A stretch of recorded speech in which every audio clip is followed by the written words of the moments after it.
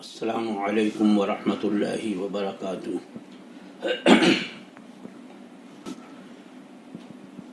نحمده ونصلي ونسلم على حبیبه الکریم،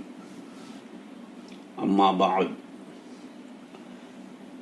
فاعوذ باللہ من الشیطان الرجیم، بسم اللہ الرحمن الرحیم۔ فاسألوا اہل الذکر ان کنتم لا تعلمون۔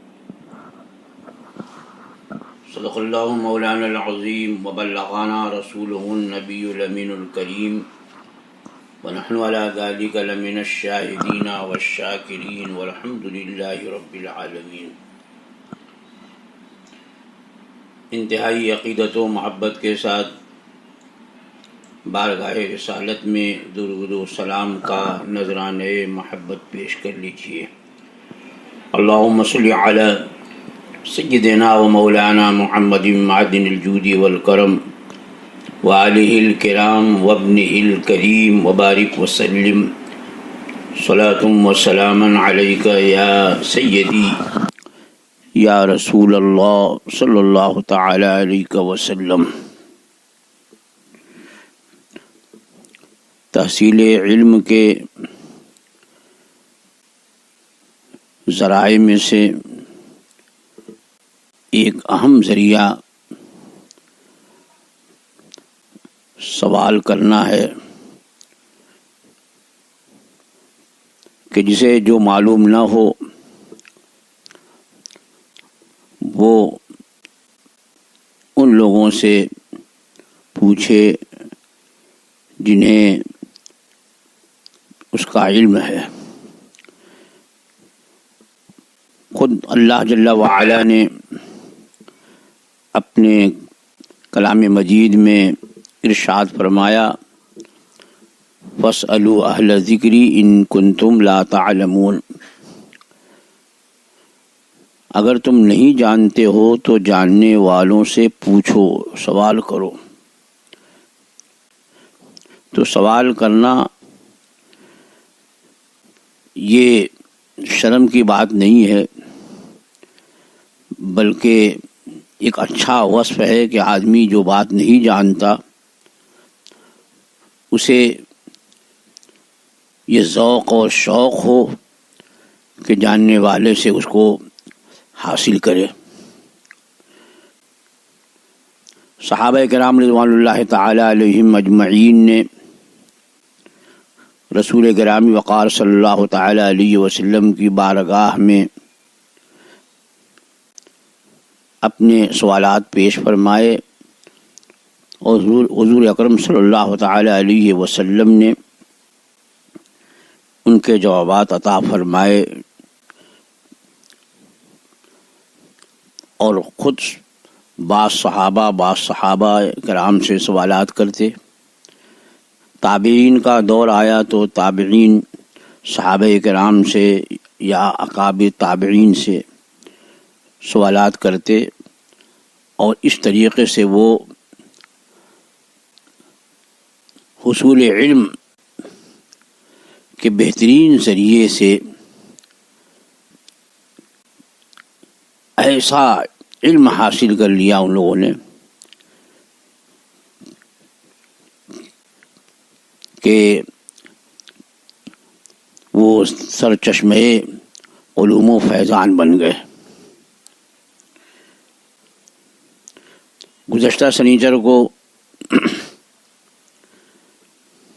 سرکار سیدنا امام اعظم ابو حنیفہ رضی اللہ تعالی عنہ کے ذکر جمیل کے بعد آپ حضرات کے سوالات پیش کیے گئے، اور اس فقیر قادری نے ان کے جوابات دینے کی کوشش کی۔ سوالات کا سلسلہ دراز تھا،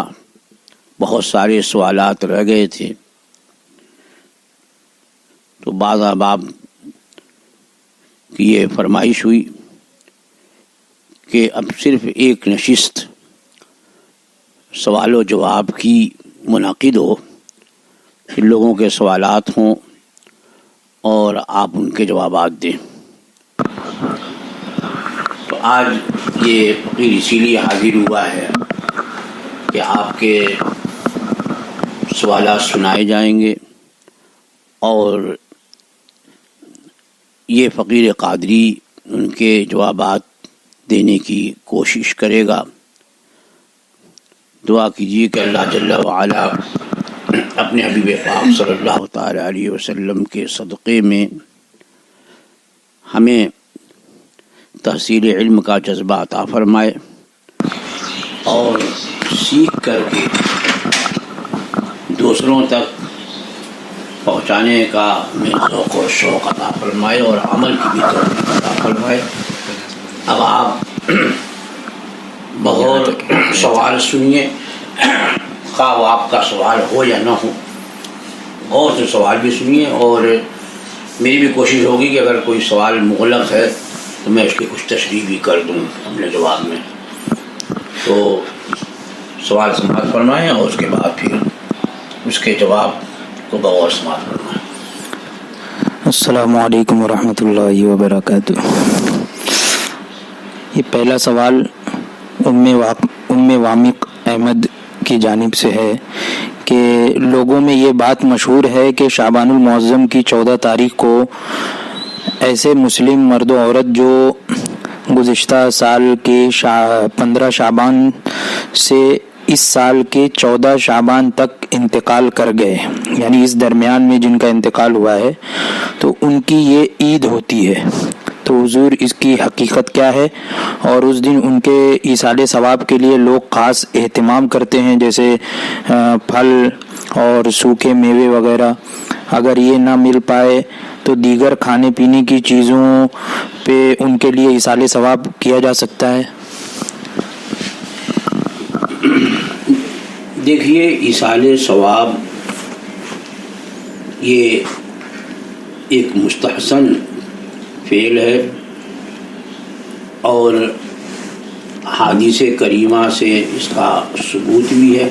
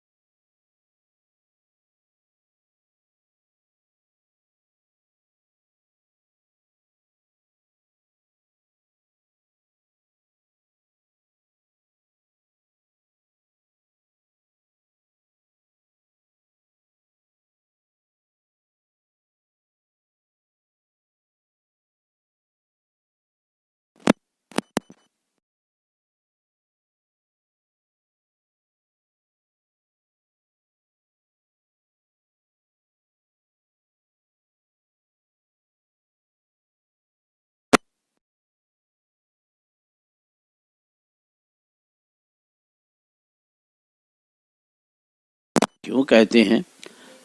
اور یوم عرفہ تو 9 ذی الحجہ ہے اصل میں،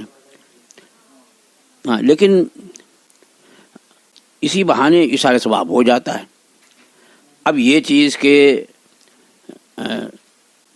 14 شعبان یا 13 شعبان جو ہے یہ اس سال کے مردوں کی عید ہوتی ہے، ملاقات ہوتی ہے، یہ قول نہ تو کسی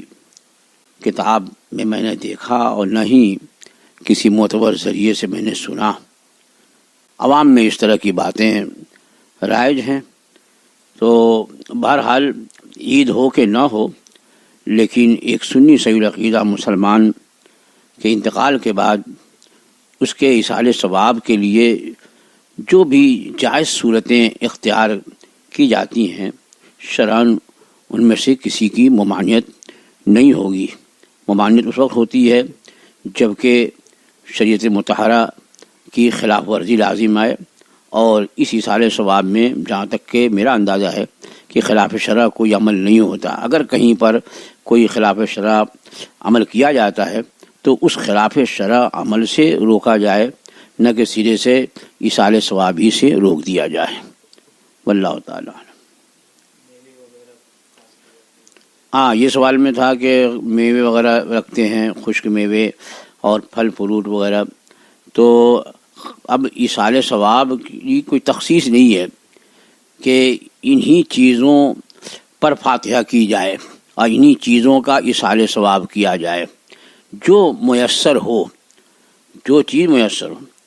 یعنی ہم تو یہ بھی کہتے ہیں کہ جو لوگوں میں مشہور ہے کہ محرم کی نیاز ہو تو کھچڑا ہو، 11ویں کی نیاز ہو تو بریانی ہو، اور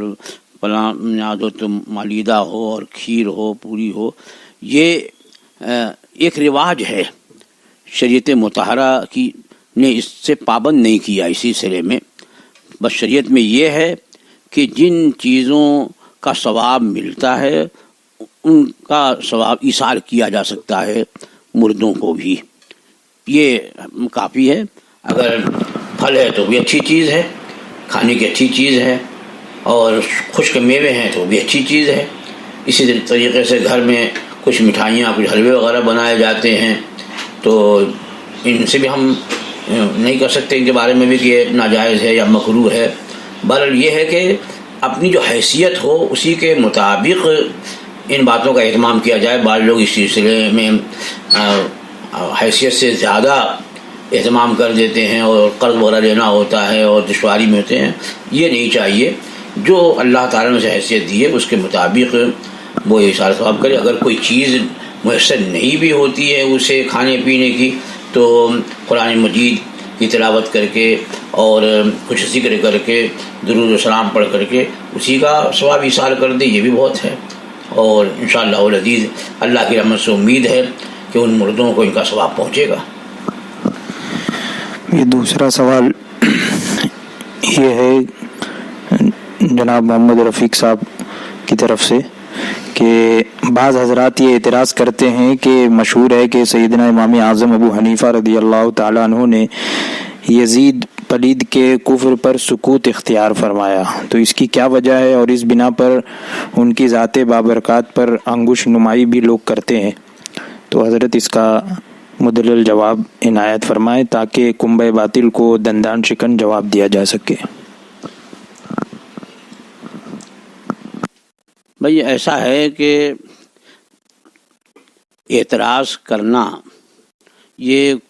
کچھ لوگوں نے اپنا شیوا بنا لیا ہے کہ بڑوں پر اعتراض کرو تو تم کو بھی شہرت مل جائے گی معاذ اللہ۔ امام اعظم ابو حنیفہ رضی اللہ تعالی عنہ جو تابعین میں سے ہیں اور ائمہ اربعہ میں امام اعظم سے مشہور ہیں، اور امام اعظم کیا امام اعظم کے شاگردوں کے علم کا بھی یہ صحیح اندازہ نہیں لگا سکتے، جو یہ چپیدی کے شوربے ان پر اس طرح کی باتیں جو ہیں وہ کہتے ہیں اور اعتراض کرتے ہیں، پہلے اس کو سمجھ لیا کریں۔ اب امام اعظم ابو حنیفہ رضی اللہ تعالی عنہ تو ہر معاملے میں بڑے محتاط تھے، اور اہل بیت اطہار رضوان اللہ تعالی علیہم اجمعین کے بڑے عاشق اور چاہنے والے تھے۔ بھئی کہا جاتا ہے نا کہ بھئی خلافت عباسیہ شروع ہونے کے بعد جو امام اعظم ابو حنیفہ رضی اللہ تعالی عنہ پہ مظالم کا سلسلہ بہانے کر کر کے شروع ہوئے، اس کی ایک وجہ یہ بھی تھی کہ حضرت امام اعظم ابو حنیفہ رضی اللہ تعالی عنہ نے جو بنو عباس کے مقابلے میں حضرت اہل بیت اطہار کی تائید کی، ان کی حمایت کی، اور حضرت زید شہید رضی اللہ تعالی عنہ کے عقیدت مند اور ان کی حمایت کرنے والے تھے، تو وہ تو اہل بیت اطہار کے عاشق ہیں۔ اب یہ رہ گیا کہ عشق کا تقاضا یہ نہیں ہے کہ جس سے عشق کرے اس کا جو دشمن ہو تو اس کو کافر ہی جانے۔ اب یزید پلید، تو یزید پلید کے بارے میں دلائل مختلف ہیں کہ واقعی کیا وہ امام اعظم ابو حنیفہ رضی اللہ تعالی عنہ اور اہل بیت اطہار رضوان اللہ تعالی علیہم اجمعین کی شہادت پر خوش ہوا، یا اس نے کہا تھا کہ ان کا سر میری بارگاہ میں لانا، مجھے پیش کرنا؟ یہ سب تو بھئی آج جو روایتیں ذکر کی جاتی ہیں،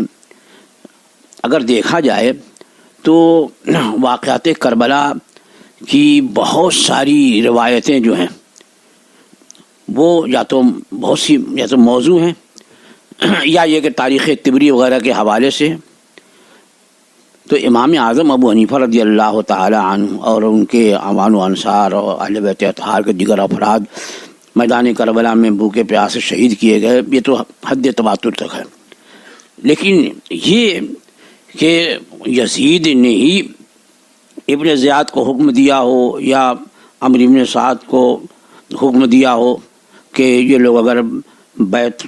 میری تسلیم نہ کریں، میری خلافت تسلیم نہ کریں تو ان لوگوں کو قتل کر دینا، یہ امام اعظم کے نزدیک جو ہے ثابت نہیں ہوتا۔ تو دلائل مختلف تھے، دیکھ اسی لیے امام اعظم نے اس کو مسلمان بھی نہیں کہا۔ امام اعظم کی احتیاط دیکھیے کہ اس کو مسلمان بھی نہیں کہا اور اس کو کافر بھی نہیں کہا، کہ دلائل مختلف ہیں۔ دیکھیے کفر جو ہے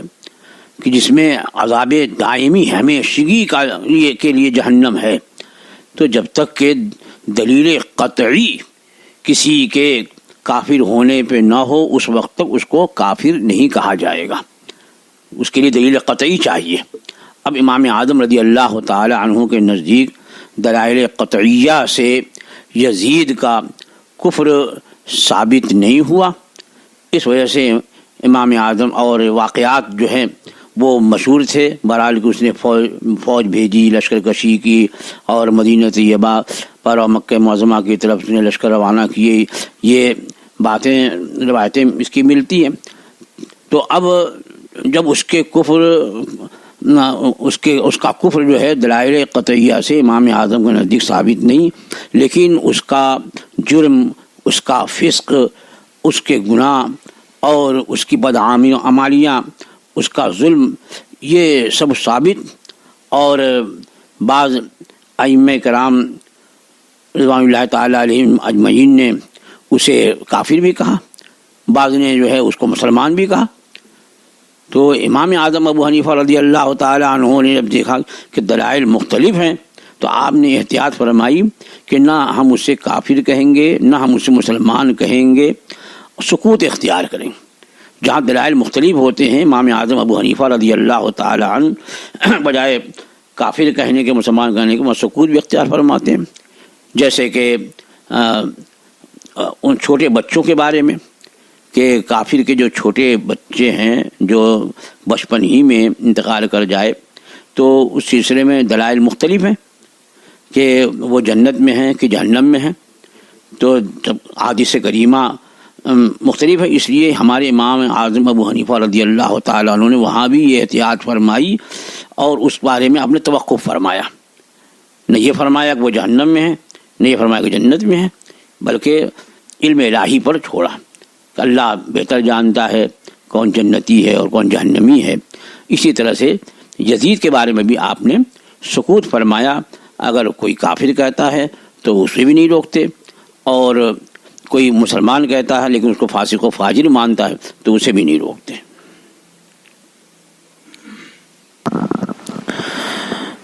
یہ سوال بمبئی سے ہے زید کی جانب سے کہ آج کل کے ماحول میں یہ جو وبا ہے کورونا وائرس، اس میں یہ دعا مانگنا کہ جو لوگ اس میں مبتلا ہیں تو ان سب کو اچھا کر دے، یعنی اس میں مسلمان اور کافر سب شامل اس کی نیت میں کہ جو بھی اس میں مبتلا ہے تو ان سب کو اچھا کر دے، وہ بھی تو تیرے بندے ہی ہیں۔ کیا ایسی دعا مانگی جا سکتی ہے؟ بھائی دیکھیے، کافر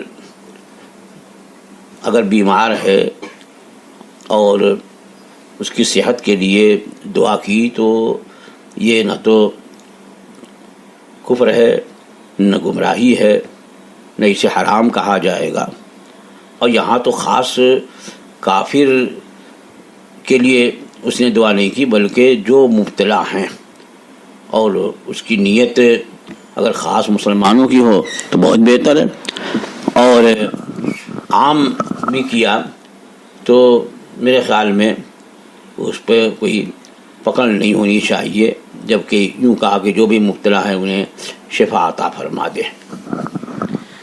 دوسرا سوال انہی کا یہ ہے کہ کیا اللہ تعالیٰ کے سوا قرآن شریف کی قسم کھانا جائز ہے؟ قرآن مجید یہ اللہ تعالیٰ کی صفت ہے، کلام الہی یہ صفت باری تعالیٰ ہے، اور قسم جو ہے وہ اللہ جل وعلا کے اسماء اور صفات کی کھائی جا سکتی ہے، لہذا اگر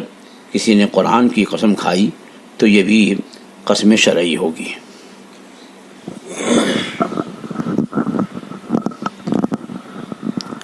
یہ محمد وسیم الدین غلام محی الدین صاحب کا یہ سوال ہے کہ ایک مسلمان عورت جو کہ کسی کے نکاح میں ہے،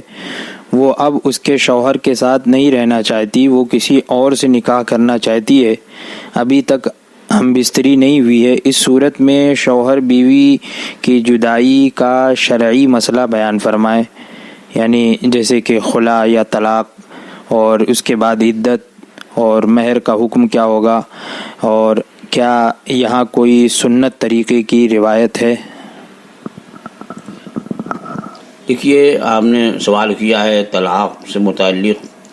یا عورت کو شوہر سے علیحدگی سے متعلق، تو جب کسی عورت کا کسی سے نکاح صحیح ہو جائے تو اب اس سے علیحدگی کے لیے طلاق و خلا ہے۔ شوہر اگر زندہ ہے اور مفقود الخبر نہیں ہے کہ جیسے غائب ہو گیا، خبر ہی نہیں ہے، بلکہ شوہر زندہ ہے، معلوم ہے کہ وہ موجود ہے، تو اس سے طلاق لی جائے گی۔ اب اگر وہ طلاق دینے سے انکار کرتا ہے تو عورت اس سے خلا کا مطالبہ کرے گی۔ خلا یہ ہے کہ عورت کی طرف سے کچھ مال ہوگا اور اس کے عوض میں شوہر اسے خلا دے گا یا طلاق دے گا یا نکاح سے الگ کر دے گا، تو یہ خلا ہے۔ یعنی آج کل ایسا ہے کہ عورتیں خلا بھی لیتی ہیں اور شوہر سے مال کا بھی مطالبہ کرتی ہیں، بلکہ یہ نہیں ہے، بلکہ یہ ہے کہ جب شوہر طلاق نہیں دے رہا ہے، کبھی ایسا ہوتا ہے کہ مہر بہت زیادہ ہے اور اس مہر کی وجہ سے شوہر جو ہے اس کو طلاق نہیں دیتا کہ ابھی میں طلاق دوں گا تو مجھے مہر دینا پڑے گا، تو اس موقع پر بیوی جو ہے وہ مطالبہ کرے کہ مجھے خلا دے دو مہر کے بدلے، تو اب شوہر مہر کے بدلے اسے طلاق دے گا تو اب اس کو مہر نہیں دینی پڑے گی کہ اس کے بدلے میں طلاق ہوگی، اور یہی خلا ہے۔ تو اس کا ایک طریقہ یہ ہے۔ آج کل ایسا ہے کہ اب وہ نہیں رہنا چاہتی، شوہر کے ساتھ نہیں جانا چاہتی، تو وہ اب بہت سارے جو ہے یہاں پر خود ساختہ قاضیوں نے اپنی اپنی دکانیں کھول رکھی ہیں اور فیس مقرر کر رکھی ہے، اور وہاں جا کر کے وہ درخواست دیتی ہیں اور وہ اپنی طرف سے 3 نوٹس بھیج دیتا ہے. اب چاہے وہ شوہر کو ملے نہیں ملے، جواب کے لیے آیا نہیں آیا، کیا جواب دیا. میں نے تو یہ بھی سنا ہے کہ ان لوگوں نے جا کے کہا بھی کہ ہم اس کو رکھنا چاہتے ہیں، اس کے باوجود بھی کہا کہ نہیں، ہم نے 3 نوٹس بھیج دیا ہے، اب یا تو تم اس کو چھوڑ دو نہیں تو ہم فسخ کر دیں گے. اور اس طریقے کی بات سننے میں آئی ہے یہاں بمبے میں اور اطراف میں. اللہ محفوظ رکھے. یہ بڑا اہم معاملہ، یہ حلال و حرام کا معاملہ ہے. جب تک وہ اس کے نکاح میں ہے، وہ عورت کسی دوسرے کے نکاح میں آ ہی نہیں سکتی ہے. یہاں وہ اگر اس کے ساتھ نہیں رہنا چاہتی ہے جس سے نکاح ہوا ہے تو اس سے طلاق لے. اگر وہ طلاق پہ راضی نہیں ہے تو اس سے خلا لے، مہر کے بدلے میں، عدت کے اخراجات کے بدلے میں اس سے خلا لے. اور جب طلاق یا خلا ہو جائے تو جیسا کہ سوال میں ہے کہ نکاح کے بعد اس کی رخصتی نہیں ہوئی تھی، یعنی شوہر اور بیوی میں ملاقات نہیں ہوئی نکاح کے بعد، تو نہ تو خلوت صحیحہ ہوئی ہے نہ ہم بستری ہوئی ہے. تو اب مہر جو ہے جو مقرر ہوا ہوگا نکاح کے وقت تو نصف مہر لازم آئے گا. یعنی اس صورت میں چونکہ دونوں میں خلوت نہیں ہوئی ہے تو جو مہر مقرر ہوا تھا اس کا آدھا مہر جو ہے وہ شوہر دے گا. اب وہ اگر خلا ہوتا ہے اور مہر کے بدلے اس نے خلا مانگا ہے تو وہ نصف مہر جو اس کو دینا تھا اس کے بدلے میں اس نے طلاق دے دی. اور چونکہ نکاح کے بعد دونوں میں تنہائی نہیں ہوئی، خلوت نہیں ہوئی، تو اس وجہ سے طلاق یا خلا ہوگا تو عورت پر عدت نہیں ہوگی. اور اگر خلوت صحیحہ ہو گئی ہو نکاح کے بعد بھلے تھوڑی دیر کے لیے، تو اب طلاق یا خلا کے بعد عورت کو عدت گزارنی ضروری ہوگی. بغیر عدت گزارے وہ کسی اور سے نکاح نہیں کر سکتی ہے. یہ ایک سوال یہ ہے کہ مائکرو فون سے نماز ہوگی یا نہیں؟ مائکرو فون یعنی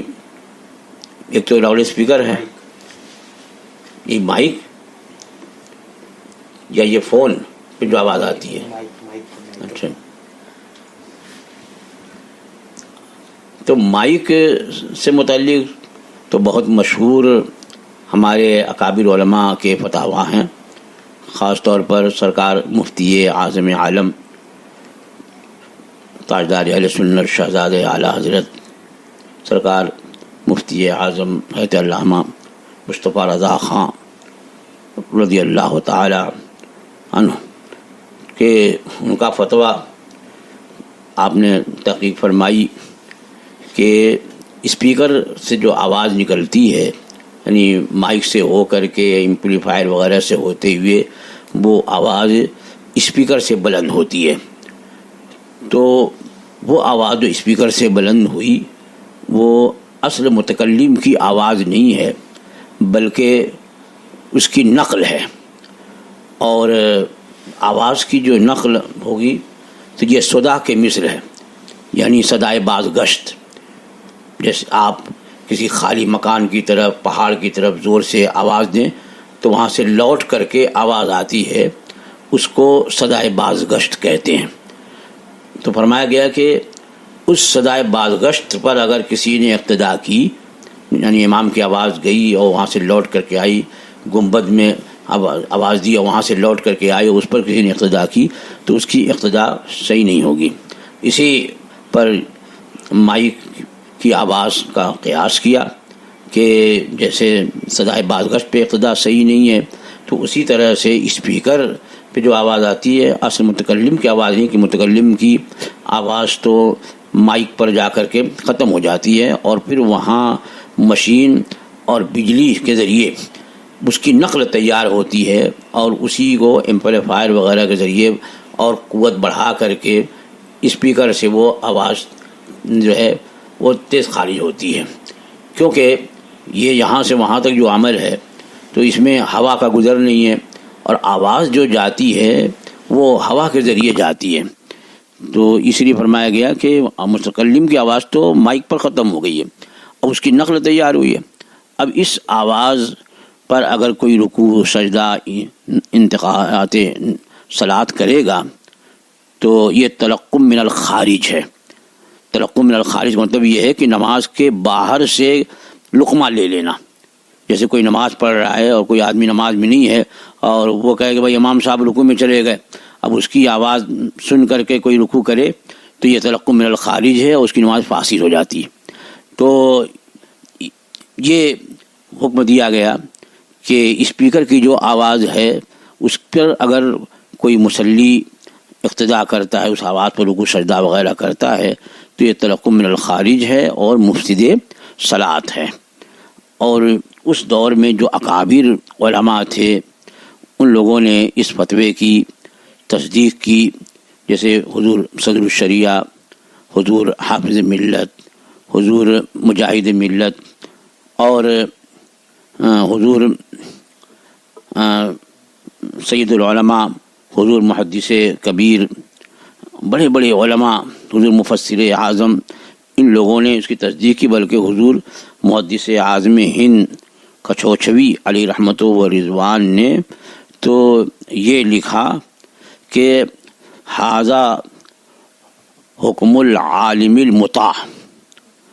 ھذا حکم العالم المطاع وما علینا الا اتباع، کہ یہ حکم، یہ فتویٰ جو ہے یہ ایسے عالم کا ہے جس کی اطاعت، جس کی پیروی کی جاتی ہے، اور ہمارے اوپر سوائے پیروی اور اتباع کرنے کے کچھ نہیں ہے، یعنی ہمیں پیروی کرنی ہے. تو اب یہ چیز ہے.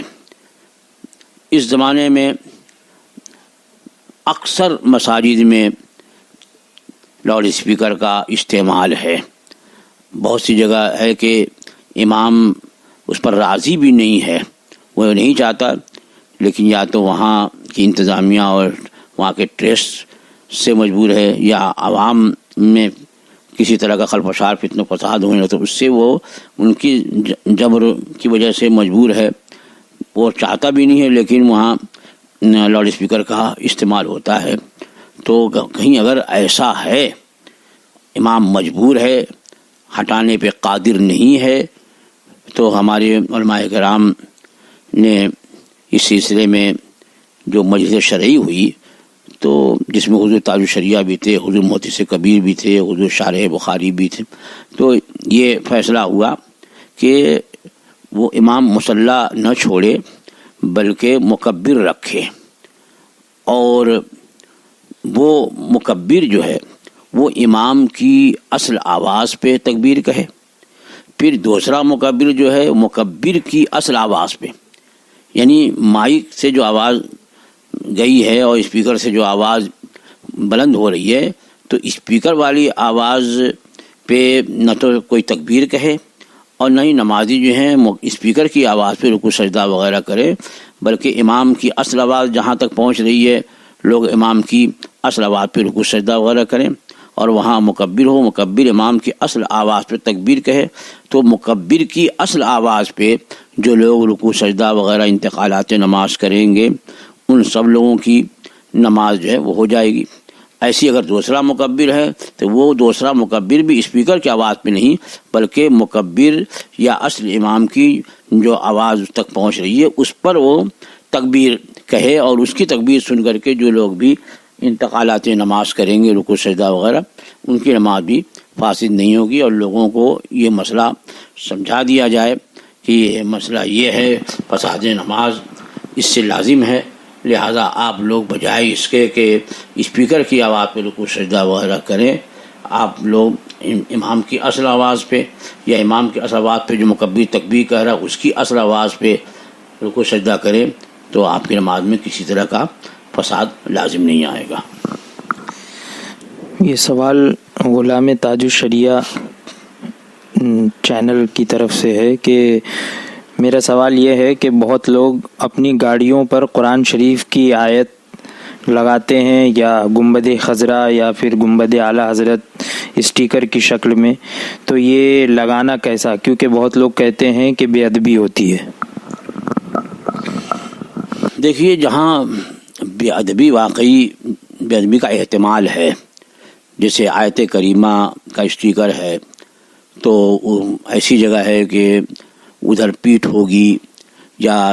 بغیر وضو کے ہاتھ وغیرہ اس پر لگے گا، تو بہرحال یہ تو بے ادبی ہے کہ قرآن مجید کی کوئی آیت بھی ہو تو اسے بھی بے وضو چھونا حرام ہے۔ تو آیت وغیرہ کے جو اسٹیکر ہوتے ہیں ان میں بڑی احتیاط کی ضرورت ہے کہ ایسی جگہ لگائے کہ بے وضو انہیں ہاتھ نہ لگے اور نہ ہی اس طرف پیٹ کر کے لوگ بیٹھیں یا اور کسی طرح کی بے ادبی ہو۔ اور اس کے علاوہ جو گنبد خضرا اور خانہ کعبہ کی تصویریں یا اور بزرگان دین کے مزارات کی تصویریں ہیں تو انہیں بے وضو چھونے میں ممانعت تو نہیں ہے، ہاں یہ کہ ان کو بھی ایسی جگہ نہ لگائے کہ ان کی بے ادبی ہو، کہ بہرحال ان مقدس مقامات کی جو تصویریں ہیں ان کا بھی ادب کرنا ہے۔ یہ خان آرزو کی جانب سے یہ سوال ہے کہ غیر عالم کا بیان کرنا کیسا؟ ہم محفل میں جاتے ہیں تو معلوم ہوتا ہے کہ جو بیان کر رہے ہیں وہ غیر عالم ہے، تو محفل سے اٹھ کر چلے جانا چاہیے یا سماعت کرنا چاہیے؟ دیکھیے خود اعلیٰ حضرت فاضل بریلوی قدس سرہ العزیز نے غیر عالم کی تقریر کو منع فرمایا کہ جو عالم نہیں ہے، اور عالم سے یہاں مراد وہ نہیں ہے کہ کسی دارالعلوم سے اس کو سرٹیفکیٹ ہو عالمیت کی تو یہ عالم ہوگا، بلکہ عالم سے مراد علم والا، یعنی شریعت کا اتنا علم رکھتا ہے کہ وہ حلال و حرام کو جانتا ہے، فرائض اور واجبات کو خوب اچھی طرح سے سمجھتا ہے، برتتا ہے، اور اس کا علم وسیع ہے، جو حدیث بیان کرتا ہے اور اس کی تشریح کرتا ہے تو اپنی طرف سے نہیں بلکہ جو معتمر مستند شراح ہیں یا مفسرین ہیں ان کا بیان کرتا ہے، اس کا عالم ہے، وہ اتنا جاننے والا ہے تو اس کو تو اجازت ہوتی ہے، اور جو اتنا علم نہیں رکھتا ہے تو اسے تقریر کرنے کی اجازت نہیں۔ ہاں اگر کسی مسئلے کو وہ یقین سے جانتا ہے، کسی کتاب میں معتبر کتاب میں اس نے دیکھا اور کتاب کی اصل عبارت جو ہے اسے یاد ہے اور وہ اصل عبارت وہ سناتا ہے، یا یہ کہ کتاب دیکھ کر کے سنا رہا ہے اور وہ کتاب بھی یعنی کہ کوئی بھی کتاب ہو بلکہ مستند عالم دین کی کتاب ہے اس سے وہ عبارت سنا رہا ہے، تو یہ گویا کہ اس کا تقریر کرنا نہیں ہے بلکہ جس عالم دین کی کتاب کی عبارت سنا رہا ہے اس کا یہ اصل بیان ہوا، تو اس میں بھی حرج نہیں ہے۔ لیکن کچھ لوگ علم نہیں رکھتے اور ایک آدھ وہ حدیث کہیں سن لیتے ہیں، کوئی عبارت سن لیتے ہیں اور پھر اس کے بعد پھر اس پر وہ اپنی طرف سے تشریح کرتے ہیں اور اس کی وضاحت کرتے ہیں اور اس سلسلے میں وہ لطیفے سناتے ہیں، اور کہیں کہیں تو ایسا معنی بیان کر دیتے ہیں کہ بالکل فساد معنی ہی ہو جائے یا یہ ہے کہ بالکل اس کے خلاف ہو جائے، تو بہرحال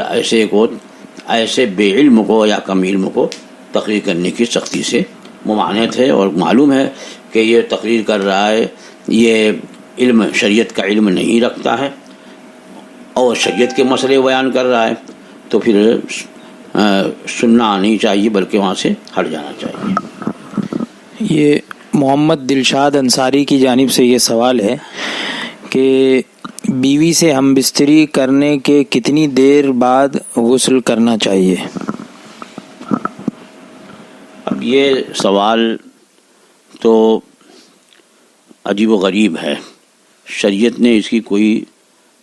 حد مقرر نہیں کی ہے، اور بہتر یہ کہ جتنی جلد ہو سکے، اگر فوری طور پر وہ غسل نہیں کر سکتا ہے، یعنی کیونکہ ایسا ہے کہ حدیث پاک میں ہے کہ جس گھر میں جنابت والے ہوں اس گھر میں رحمت کے فرشتے نہیں آتے مگر یہ کہ وہ وضو کر لے، تو اگر اس وقت وہ وضو نہیں کر سکتا غسل نہیں کر سکتا، غسل کا انتظام نہیں ہے، یا بہت زیادہ ٹھنڈک پڑ رہی ہے یا نیند آ رہی ہے، تو پھر بہتر یہ ہے اس کے لیے کہ وہ سونے سے پہلے وضو کر لے۔ اب کیا ہوگا کہ جو رحمت کے فرشتے جنابت والے کی وجہ سے گھر میں نہیں آتے ہیں تو ان کی ممانعت، ان کے دخول سے ممانعت نہیں ہوگی، کیونکہ حدیث پاک میں ہے کہ مگر یہ وضو کر لے، تو وضو کر کے سوئے گا۔ اور اب فجر سے پہلے وہ اٹھ کر کے اور غسل کر کے، تاکہ فجر کی نماز اس کی قضا نہ ہو۔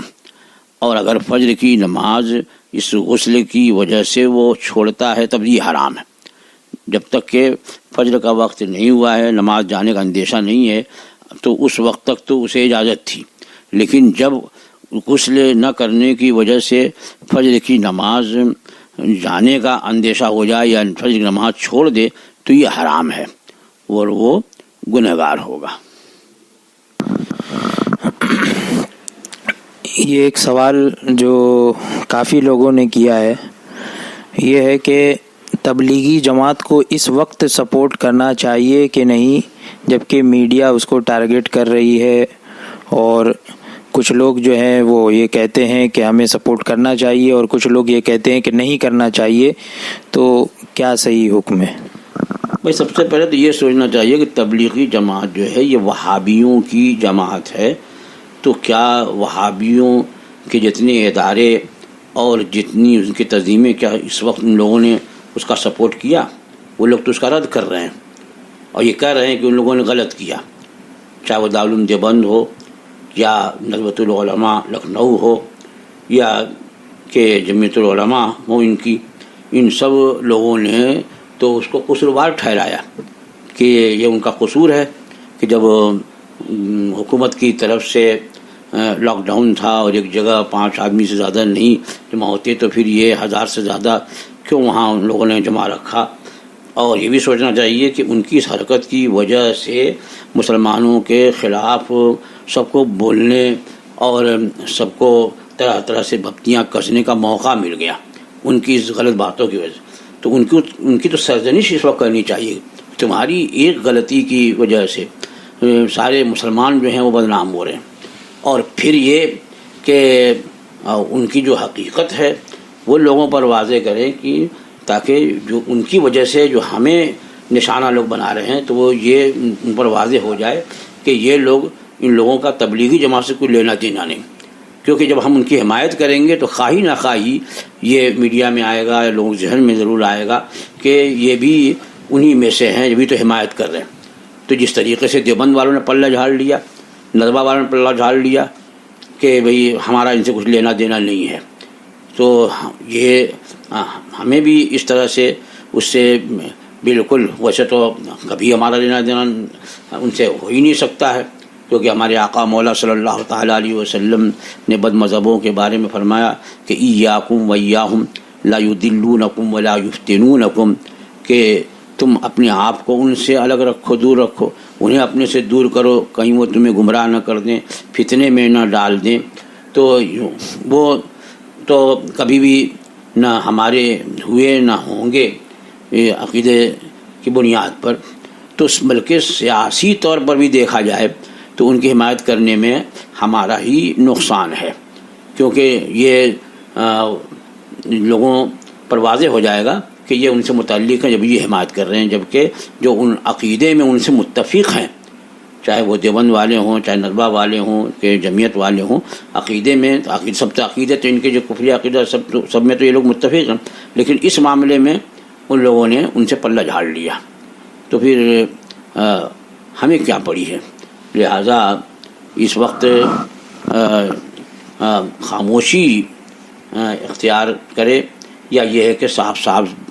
یہ ظاہر کر دے کہ وہ ہماری جماعت نہیں ہے، اور یہی موقع ہے واضح کرنے کا کہ یہ بات خوب میڈیا میں آ جائے گی کہ جو اس میں سنی سوی عقیدہ ہیں، اعلیٰ حضرت کے ماننے والے ہیں، بریلوی مسلک والے ہیں، یا جن کو لوگ صوفی ازم والے کہتے ہیں، یعنی جو مزارات کی حاضری کو مانتے ہیں اور اہل مزار اور اللہ والوں کے جو شیدائی عقیدت مند ہیں اور ان سے استمداد، ان سے مدد کرنا، جن کا مدد مانگنا ان کا شیوا ہے، تو وہ لوگ ان سے الگ ہیں، کیونکہ وہ لوگ تو مانتے نہیں ہیں بزرگان دین کو. اور پھر ہم پر کوئی معاملہ کبھی ہوا ہے تو کبھی سننے میں نہیں آیا ہے کہ تبلیغی جماعت والوں نے ہماری حمایت کی ہو.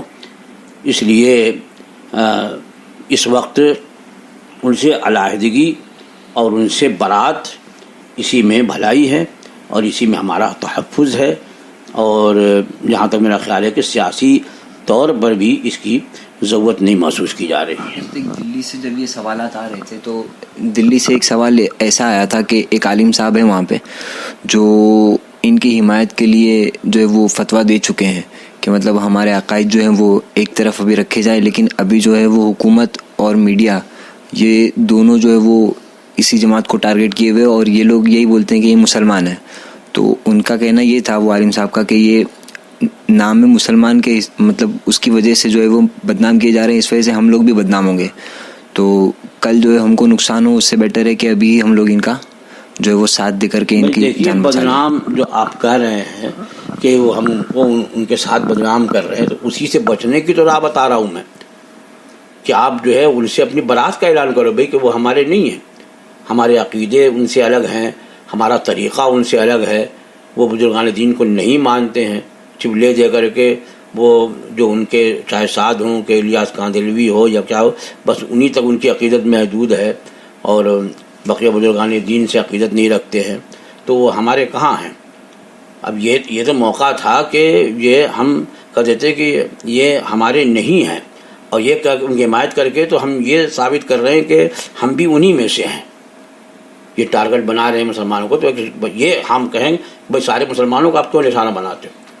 ہم یہ کہیں کہ سارے مسلمانوں کو کیوں نشانہ بناتے ہو؟ آپ ان کو نشانہ بناؤ. اور یہ بات بالکل واضح ہے، حکومت کا سارا عملہ جانتا ہے کہ بریلوی کیا ہے اور وہابی کیا ہے، تبلیغی کیا ہے، یہ خوب معلوم ہے. اب میڈیا والے بھی بھلے وہ لپیٹ کر کے سب کو رکھنا چاہتے ہیں، خوب جانتے ہیں کہ یہ تبلیغی الگ ہیں اور یہ سنی مزارات والے یہ الگ ہیں. تو یہ تو موقع تھا کہ ہم اپنی شناخت کو اور واضح کرتے کہ بھئی یہ ہم میں سے نہیں ہیں، ہمارے اندر ان کے اندر یہ فرق ہے. لہٰذا ان کے جو کرتوت ہیں ان کے ساتھ ہیں، بلکہ یہ کہا جائے کہ ان لوگوں نے جو حرکت کی ہے وہ ان کا قصور ہے، اس کی وجہ سے ہمیں جو ہے اس میں ملوث نہ کیا جائے اور نہ ہمیں بدنام کیا جائے. ہم نے تو جو قانون بنا ہے ہم تو اس پر عمل کر رہے ہیں. ہماری مسجدوں کو دیکھو، ہماری درگاہوں کو دیکھو، اور یہی جو ہے وہاں پر حضرت سلطان اولیاء حضرت نظام الدین اولیاء رحمۃ اللہ رضوان کے سجادہ نشین نے یہی بات کہی کہ بھائی جس دن سے لاک ڈاؤن ہے تو ہمارے یہاں تو 5 آدمی سے زیادہ اکٹھا نہیں ہوتے ہیں، ہم نے تو اس دن سے بند رکھا. اور یہی بات بھی ہے ہمارے وہاں یہاں پر بھی حاجری درگاہ، ماہم شریف درگاہ جو ہے یہ لاک ڈاؤن سے کئی روز پہلے ہی جو ہے وہ لاک کر دی گئی، یعنی لوگوں کے آمد و رفت تو بند نہ ہے.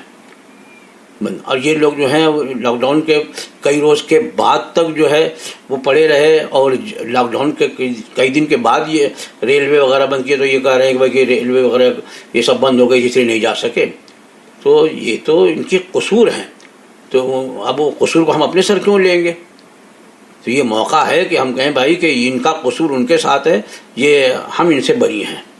اور اس کے کہنے میں کوئی وہ ان کے یہ کہہ دینے میں بالکل وضاحت ہو جائے گی.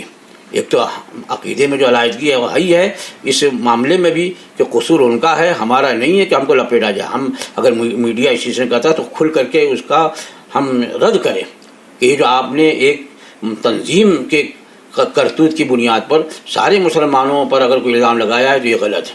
اور بقیہ بعض جو ہیں، بعض میں نے خود سنے، بعض صحافی یا بعض ہندو صحافی کے ہیں وہ بھی یہ کہتے ہیں بھائی کہ کسی ایک کی وجہ سے سارے مسلمان ویسے ہیں، ایسا نہیں ہے. تو اس بات کو واضح کرنا چاہیے، نہ کہ ان کے ساتھ مل کر کے اپنے آپ کو بھی ملوث کر لیا جائے. کچھ لوگ یہ کہتے ہیں کہ حضور مفتی اعظم اور حضور مجاہد ملت نے جو ہے وہ کسی موقع پہ جو ہے وہ سپورٹ کیا حضور مفتی اعظم نے کسی شیعہ کی لڑکی کے بارے میں کوئی واقعہ تھا تو سپورٹ کیا، اور حضور مجاہد ملت نے کوئی جماعت کی بات تھی تو اس وقت جو ہے وہ سپورٹ کیا. اس طرح سرکار مفتی اعظم رضی اللہ تعالی عنہ کہ اس واقعے سے تو یہاں پر کوئی استدلال ہی نہیں ہو سکتا، کیونکہ وہاں ایک لڑکی کا معاملہ تھا، شیعہ لڑکی کو ہندو بھگا لے گیا، تو اس لیے کہ بھئی وہ اس وقت جو ذلت و رسوائی کریں گے تو مسلمان نام پہ کریں گے، لہٰذا اس لڑکی کو لانے میں کہ بہرحال وہ کافر اصلی ہیں اور مسلمان سمجھ کر کے انہوں نے ایسا اس کے ساتھ کیا یا بدنام کر رہے ہیں. پھر وہاں ساتھ ساتھ میں یہ بھی وہاں پر ہے کہ جب وہ جیسے واپس آیا ہمارا اختلاف اپنی جگہ رہے گا، اور جیسے واپس آئے ان سے اس کے بعد نہ تو سلام نہ کلام، کچھ نہیں. اور یہاں تو سب سلام کلام، اس سے کسی طرح کا پرہیز نہیں ہے. اور یہ بھی کہتے ساتھ میں تب جو حمایت کر رہے ہیں تو جس طرح سرکار مفتی اعظم ہند نے وہاں جن الفاظ میں حمایت کے لیے کہا تھا انہی الفاظ میں کرے.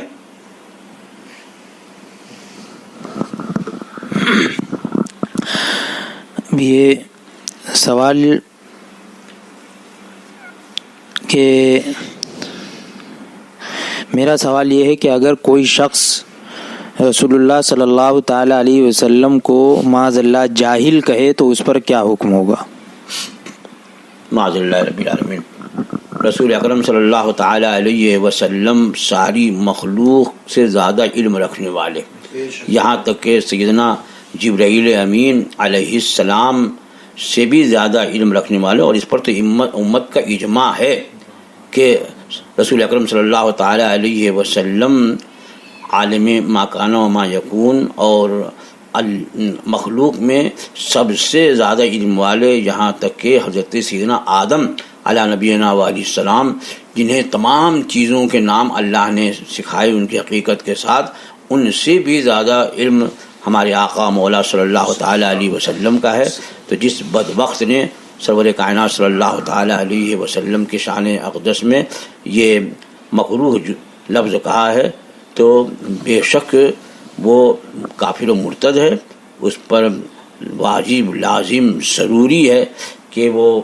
فوراً سچے دل سے توبہ کر کے اور نئے سرے سے کلمہ پڑھ کے اسلام میں داخل ہو، اور بیوی والا ہو تو اس سے نئے مہر پر نکاح کرے اگر بیوی اجازت دے، اور اگر نہیں وہ اجازت دیتی ہے تو یہ نکاح بھی اس کا نہیں ہوگا. اور اگر کسی سے مرید ہے تو تجدید بیعت بھی کرے.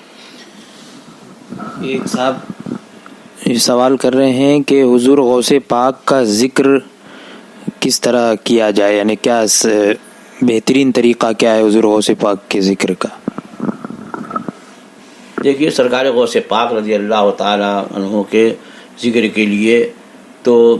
ایک بہترین طریقہ یہ ہے کہ جو قصیدہ غوثیہ ہے اس کو یاد کر لیا جائے یا دیکھ کر کے اسے پڑھا جائے کہ خود سرکار غوث پاک رضی اللہ تعالی عنہ نے اس قصیدہ مبارکہ میں اپنے مقام و مرتبے کا بھی ذکر کیا ہے، اور سرکار کی بہت ساری اس میں مدد سرائی. اور پھر اعلیٰ حضرت فاضل بریلوی قدس سرہ العزیز کے نعتیہ کلام میں ان کی بارگاہ میں جو منقبتیں ہیں، یا سرکار مفتی اعظم رضی اللہ تعالی عنہ یا حضور تاج الشریعہ علیہ رحمۃ و رضوان کے جو منقبتیں ہیں وہ بھی بہت زیادہ اس بارگاہ میں مؤثر اور مقبول ہیں. تو ان کے ذکر کے لیے وہ منقبتیں بھی پڑھی جائیں اور قصیدہ غوثیہ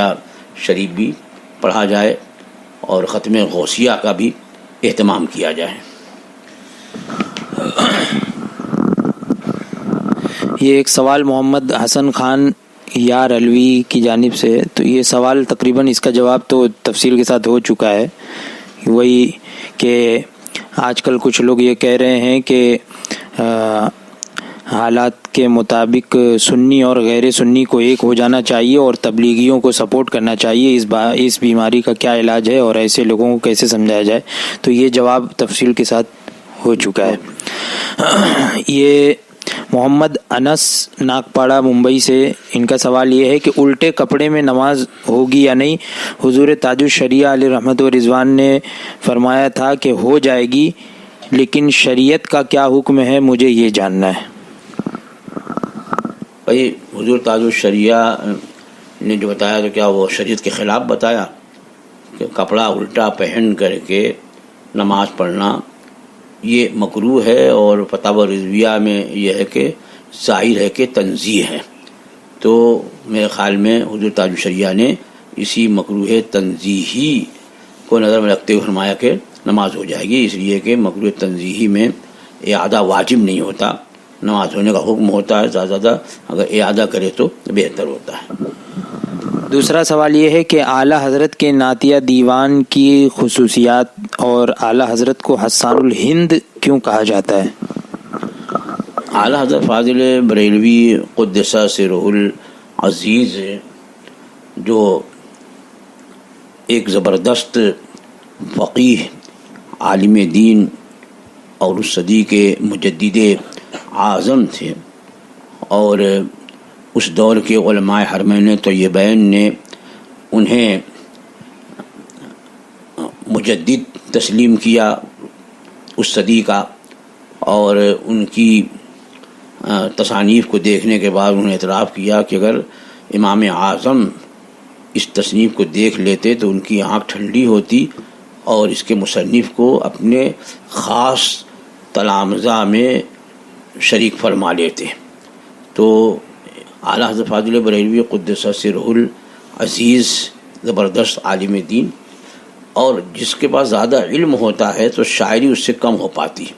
لیکن اعلیٰ حضرت فاضل بریلوی قدس سرہ العزیز کی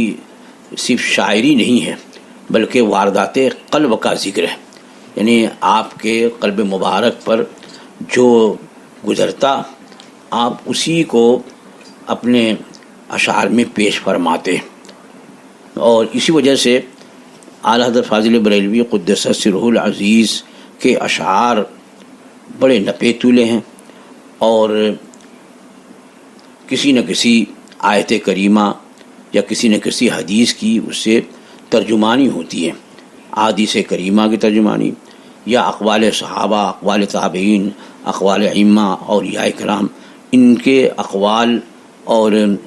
اسی طریقے سے ان کے جو فتاوے اور جو احادیث کی شرحیں اور جو تفسیریں ہیں اسی کی روح کے اشعار ہیں۔ اور ایک بڑی خوبی یہ تھی کہ جیسا میں نے خود اپنے بزرگوں سے بھی سنا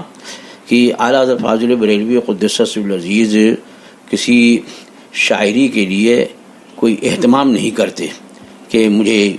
اس طرح کی نعت کہنی ہے یا اس طرح کی منقبت کہنی ہے، اور یہ اس کے لیے یہ اہتمام کرو اور یہ قافیہ اور اس ردیف کا لحاظ کرو اور اس کے بعد اس کے مقرر کرو اور پھر اسی بحر میں یہ کہا جائے، بلکہ وہاں عام طور پر اعلیٰ حضرت کے جو نعتیہ اشعار ہیں تو جو لوگ قریب رہنے والے ہیں وہ فرماتے ہیں کہ اعلیٰ حضرت بسا اوقات فتاویٰ لکھواتے رہتے اور اس میں کہیں کوئی ایسا ذکر آ جاتا، اور جب ذکر آ جاتا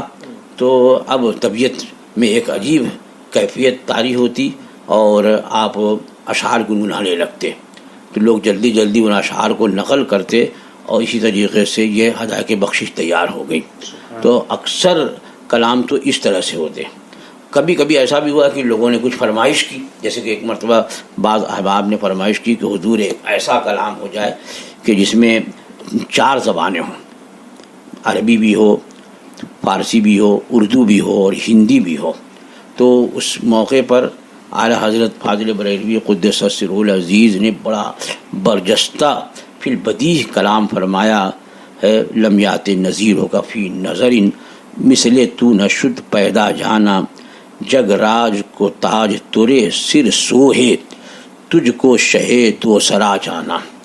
یہاں میں بتا دوں کہ یہ ہندی لفظ ہے، جگ راج کو تاج ترے سر سوہے، ہندی میں سر کو سر کہتے ہیں،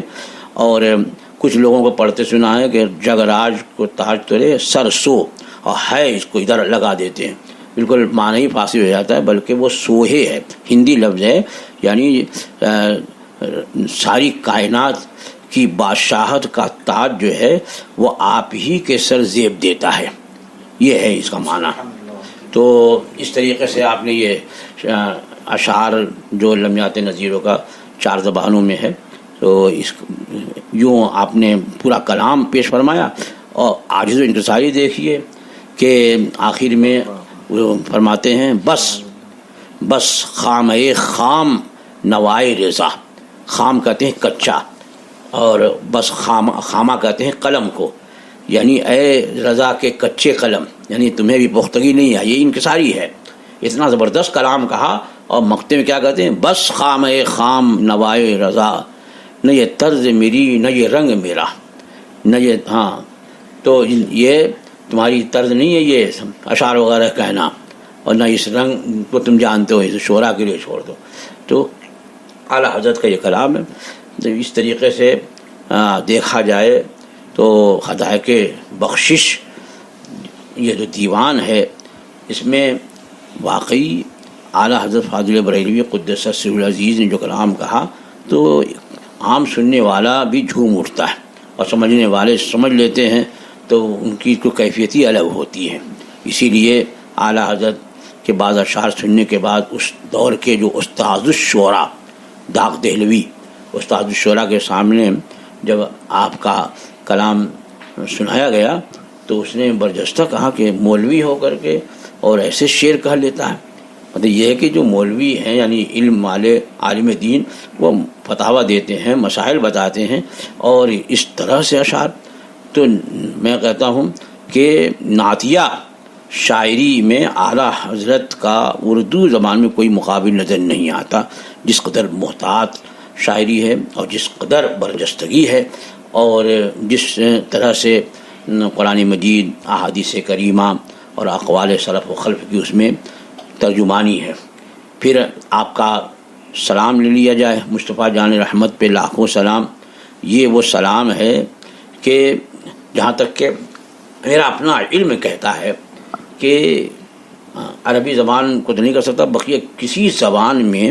اتنا مکمل سلام آپ نہیں دکھا سکتے، اتنا جامع اور مکمل سلام۔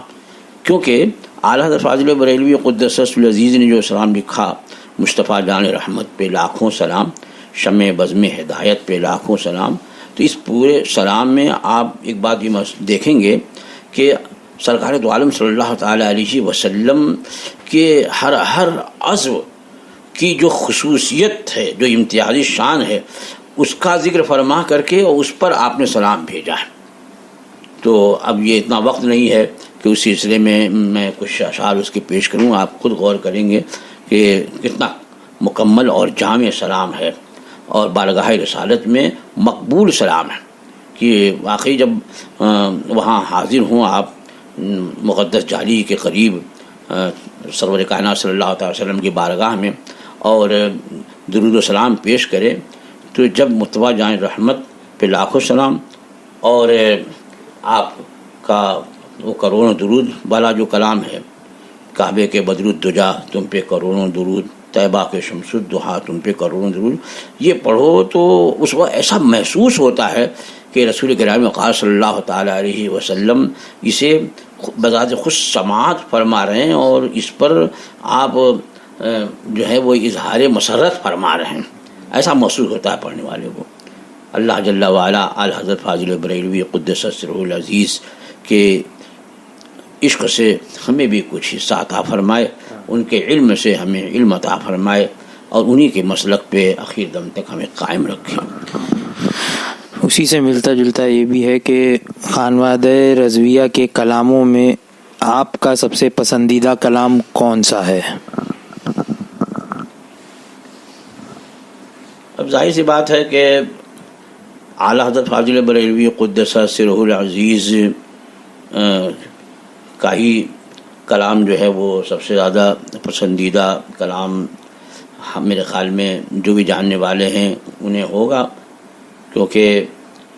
بڑا اعلیٰ حضرت ہے۔ ویسے خود سرکار مفتی اعظم رضی اللہ تعالیٰ عنہ کے بھی بعض کلام ایسے ہیں کہ اس کی بھی نظیر نہیں ملتی. اور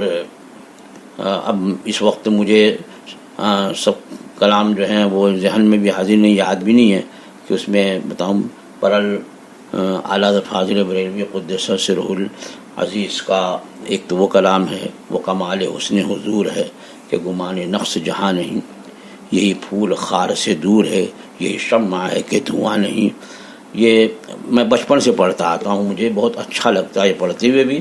اور ایک عجیب کیفیت ہوتی ہے. اور بھی دوسرے جو کلام ہیں جب وہ پڑھے جاتے ہیں تو ایک عجیب کیفیت ہوتی ہے. تو بہرحال کئی ایک کلام ہیں اعلیٰ حضرت کے بھی اور سرکار مفتی اعظم کے بھی اور الطاف شریعہ کے جو مجھے بہت بھاتے ہیں.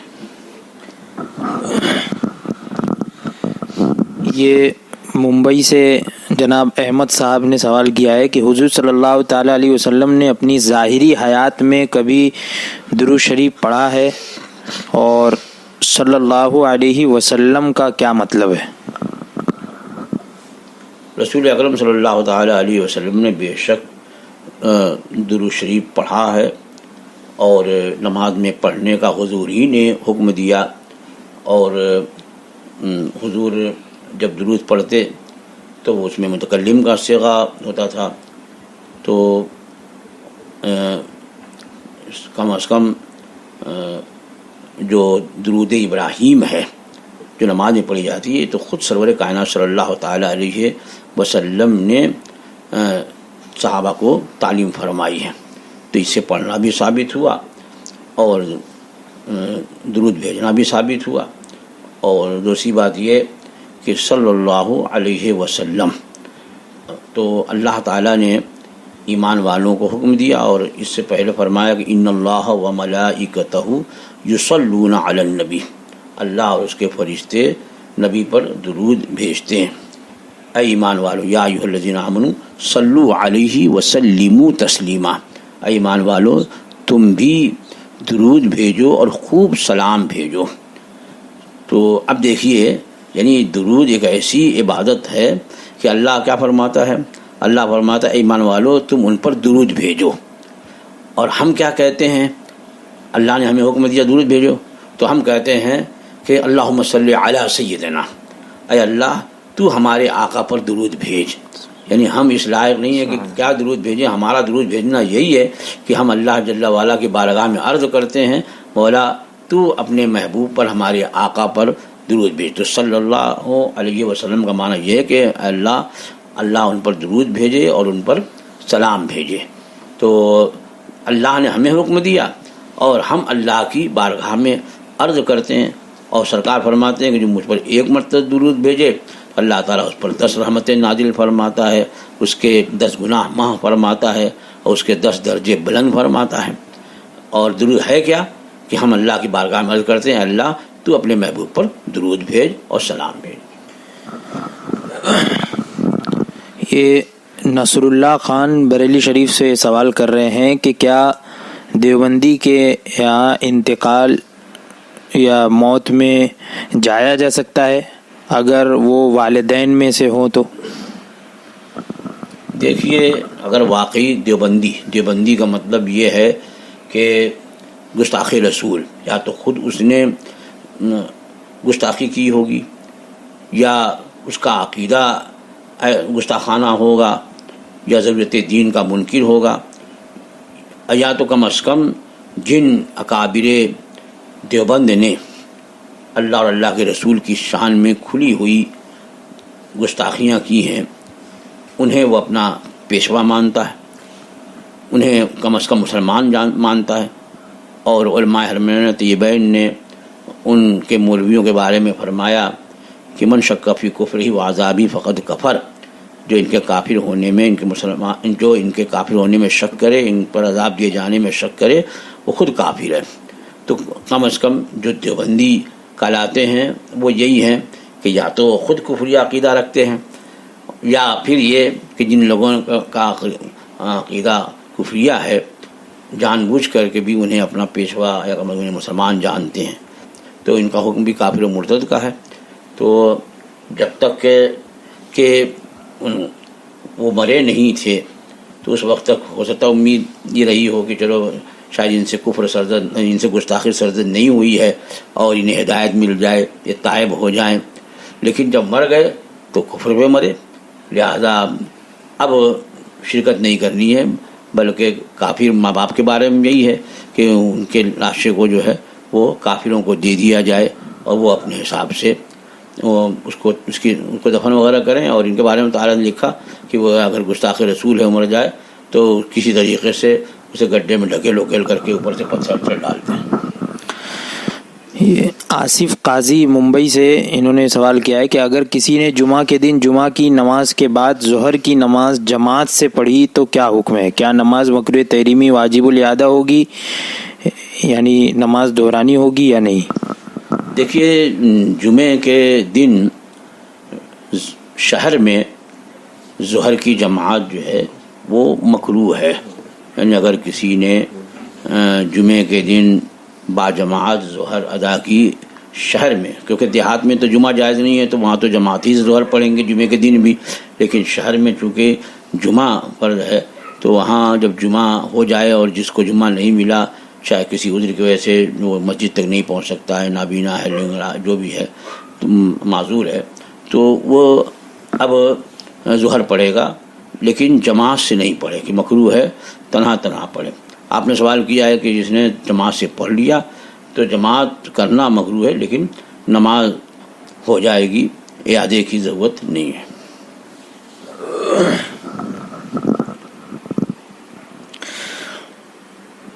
یہ سوال مشاہد رضا جھارکھنڈ، ان کا سوال یہ ہے کہ جب ہم موبائل میں بات کرتے ہیں تو فون کاٹتے وقت یا ایک دوسرے سے بچھڑتے وقت سلام کی جگہ پر خدا حافظ یا اللہ حافظ کہتے ہیں، سلام جبکہ سنت ہے، سنت کی جگہ پر یہ لفظ کہنا کیسا ہے؟ دیکھیے، سلام بے شک سنت ہے، لیکن اول ملاقات میں جب آپ نے بات شروع کی ہوگی تو سلام سے شروع کیا ہوگا، کہ ایک نے سلام کیا ہوگا اور دوسرے نے جواب دیا ہوگا، اور ابھی دونوں میں جدائی نہیں ہوئی ہے، تو جب دو جدا ہو جائیں اور پھر ملے تو پھر سلام کرنا مسنون ہوگا. تو ابھی جدا ہو رہے ہیں تو اگر اللہ حافظ کہا تو کوئی حرج نہیں ہے. انہی کا یہ سوال ہے کہ میں MU کی ہاسٹل میں رہتا ہوں، یہاں نیم کا درخت ہے، تو کیا میں اس درخت کا استعمال مسواک کے لیے کر سکتا ہوں؟ دیکھیے، نیم وغیرہ کے درخت جو عام طور پر لگائے جاتے ہیں تو اس میں ایک طرح سے اجازت ہوتی ہے، کیونکہ نیم کا درخت کا اور کوئی استعمال نہیں ہے کہ اس کی لکڑی کاٹ کر کے اور کچھ بنایا جائے. بس نیم کا درخت یہ ہے کہ وہ سایہ کرتا ہے، وہاں پر ذرا فضا جو ہے وہ بہتر رہتی ہے اور لوگ اس کی مسواک سے فائدہ اٹھائیں. عام طور پر نیم کا درخت لگانے کا یہی قصد ارادہ ہوتا ہے، تو وہاں پر بھی ہے کہ اس سے مسواک کرنے والا نہیں. ہاں، اگر لگانے والا یا جس کی ملکیت ہو وہ اگر منع کرے تو پھر توڑنا جائز نہیں ہوگا. ہاسٹل میں ایک روم میں 2-3 لوگ رہتے ہیں تو سب ایک دوسرے کو جانتے ہیں، تو کیا ایک دوسرے کا سامان بغیر اجازت کے استعمال کر سکتے ہیں یا نہیں؟ یا کون کون سا سامان بغیر اجازت استعمال کر سکتے ہیں؟ دیکھیے، ایسا ہے کہ ایک دوسرے کا جاننا جو ہے یہ کافی نہیں ہوتا ہے کسی کی چیز استعمال کرنے پر. کہ بہت سے دوست ہوتے ہیں، اس کا مطلب یہ نہیں ہوتا کہ دوست کی چیز جو ہے وہ بغیر اجازت کے استعمال کرے. تو یا پھر یہ کہ وہاں پر عرفاً اجازت ہو، یعنی کبھی ایسا ہوتا ہے کہ عرفاً یا صراحتاً اجازت ہو کہ ایک روم میں 3 آدمی 4 آدمی ہیں تو وہ آپس میں کچھ چیزوں کی اجازت دے دیتے ہیں، جیسے کہ منجن ہے اور ٹوتھ پیسٹ ہے، صابن ہے، پھر پانی جو بھرا جاتا ہے کوئی ایک بھرتا ہے، لیکن یہ ہوتا ہے کہ پورے روم والے جو ہیں وہ سب پانی پئیں گے، ختم ہو جائے گا تو کوئی بھی بھر دے گا. تو اس میں یہ نہیں ہوگا کہ فلاں نے بھرا تو فلاں ہی پیے. تو اس طرح کی جو چیزیں ہوتی ہیں عام طور پر جو چھوٹی چھوٹی چیزیں ہیں، یا عرفاً اس کی اجازت ہوتی ہے ایک روم میں رہنے والوں کی، یا صراحتاً اگر اجازت دے دی، کبھی کبھی جو ہے وہ اپنی چیزوں کی بھی اجازت دے دیتے ہیں، بھائی کہ ٹھیک ہے یہ ہمارا اسٹو ہے، آپ کو ضرورت ہو، یا ہمارا چولہا ہے آپ کو ضرورت ہو تو آپ بھی اس کو استعمال کر سکتے ہو۔ اب یہاں پر اگر اجازت ہو گئی اور وہ اجازت کسی خاص موقع کے لیے نہیں ہے بلکہ عمومی اجازت ہے کہ آپ جب چاہیں جو ہے وہ ہمارا یہ گیس چولہا یا ہمارا یہ اسٹو استعمال کر لیں، ہماری لائٹ استعمال کر لیں، ہمارا موبائل استعمال کر لیں، اور یہ صراحت ہے تب تو پھر کوئی حرج نہیں ہے۔ اور اگر وہاں اس طرح کا کوئی رواج ہے کچھ چیزوں کے بارے میں تو اس کا استثناء ہوگا کہ عرفاً اس کی اجازت ہو جاتی ہے۔ جیسے میں نے بتایا کہ ایک روم میں رہتے ہیں تو عام طور پر ٹوتھ پیسٹ وغیرہ جو ہے منجن یہ استعمال کرتے ہیں، اور کسی کو اس سے کسی طرح کی شکایت بھی نہیں ہوتی ہے کہ اس نے ہمارا مال استعمال کیا۔ تو جہاں ایسا عرف ہو وہاں اس میں حرج نہیں۔ یہ سوال سید شکیب رضوی انہوں نے کیا ہے کہ امام کی پینٹ نیچے سے مڑی ہوئی تھی اور نماز کے دوران یا بعد میں اس نے دیکھ لیا، تو اب کیا حکم ہے؟ اگر نماز واجب الاعادہ ہوگی تو صرف امام کے لیے ہوگی یا مقتدی کے لیے بھی ہوگی؟ حضرت رہنمائی فرمائیں اور دعا فرمائیں۔ دیکھیے پانچے کا مڑا ہونا جو ہے اس صورت میں نماز مکروہ تحریمی ہوتی ہے کہ یہ کف ثوب ہے، اور کف ثوب سے نماز مکروہ تحریمی واجب الاعادہ ہوتی ہے۔ اور جب امام کی نماز مکروہ ہوگی تو تمام مقتدیوں کی نماز بھی مکروہ واجب الاعادہ ہوگی، یہاں تک کہ مسبوق مقتدی جو کہ آخری رکعت میں شریک ہوا، امام کی نماز اگر مکروہ ہوئی تو وہ جو بعد میں شریک ہوا اگرچہ وہ قاعدے میں آیا لیکن امام کی چونکہ اقتداء میں ہے تو وہ حصہ تو اس کا مکروہ ہوا۔ امام کی نماز چونکہ پوری مکروہ ہے، پوری واجب الاعادہ ہے، تو لہذا سارے مقتدی جو ہیں نماز دہرانی ہوگی۔ کیرلا کے گورنر عارف محمد خان نے ایک چینل پہ انٹرویو میں یہ کہا کہ ہدایہ شریف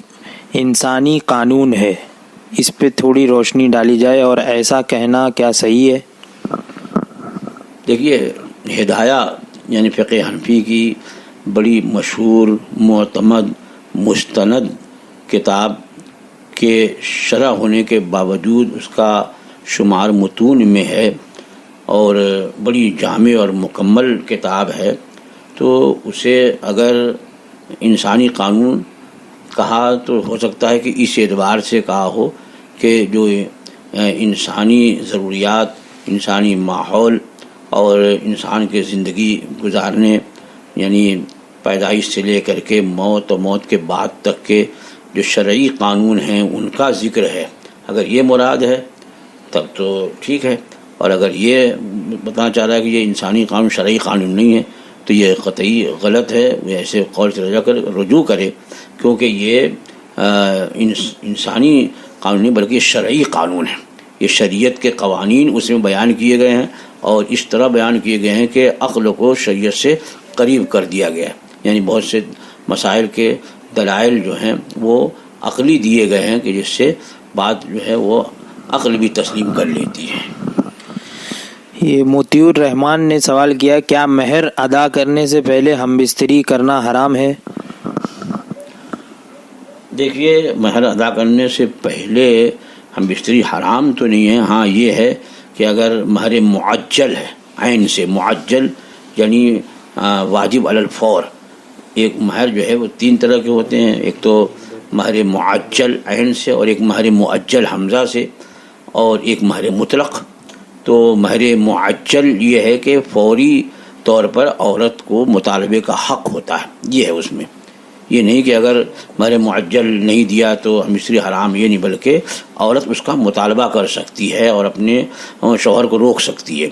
یعنی اگر مہر معجل ہے تو عورت کو یہ حق ہے کہ وہ شوہر کو پاس آنے سے روک دے کہ جب تک تم مہر ادا نہیں کرو گے وہ میرے پاس نہیں آ سکتی، یہ عورت کو حق ہے، یہ نہیں ہے کہ ہم بستری حرام ہے۔ اور مہر معجل حمزے سے مطلب ہوتا ہے کہ جس کی مدت مقرر ہو، یعنی یہ مہر جو ہے وہ اتنے سال کے بعد یا فلاں تاریخ میں یا اتنے دنوں کے بعد یہ ادا کیا جائے گا. اس کی کوئی مدت مقرر ہو تو وہ مؤجل ہے حمزے سے. اور مہر مطلق یہ ہے کہ اس میں نہ تو یہ کہا گیا ہے کہ فوری طور پر ادا کرنا ہے اور نہ یہ متعین ہے کہ کب دینا ہے، بلکہ مطلق ہے وہ.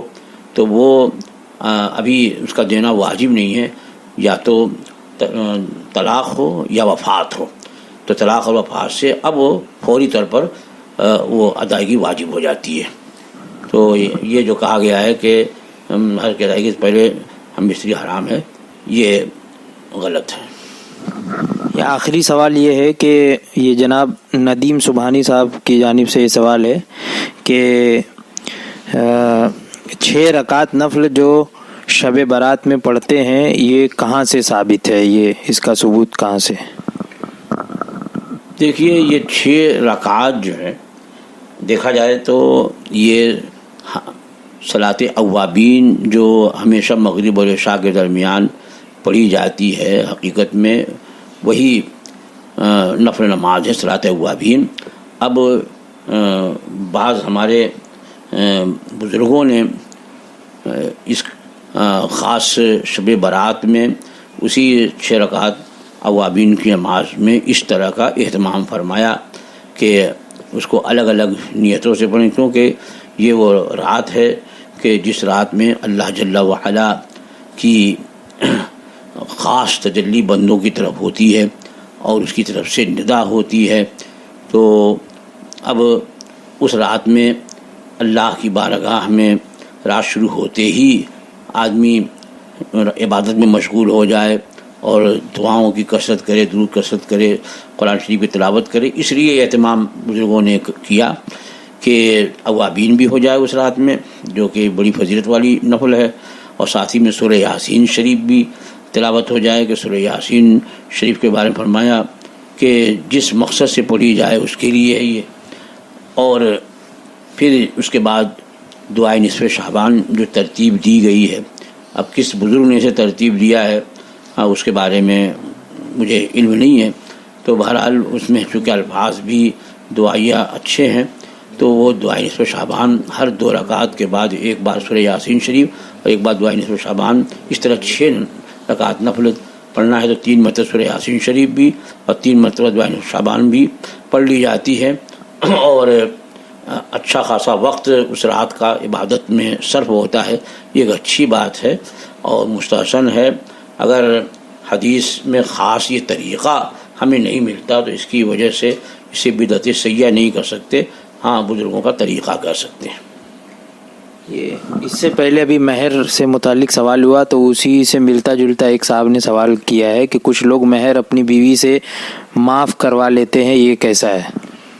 بھائی دیکھیے مہر جو ہے یہ بیوی کا حق ہے، اور چونکہ یہ مال ہے تو بیوی جو ہے اسے اس کی حقدار ہے اور اس کو معاف بھی کر سکتی ہے. لیکن دل سے اگر معاف نہیں کیا، جبر کیا، کہ بعض علاقوں کے بارے میں میں نے سنا تھا زمانہ طالب علمی میں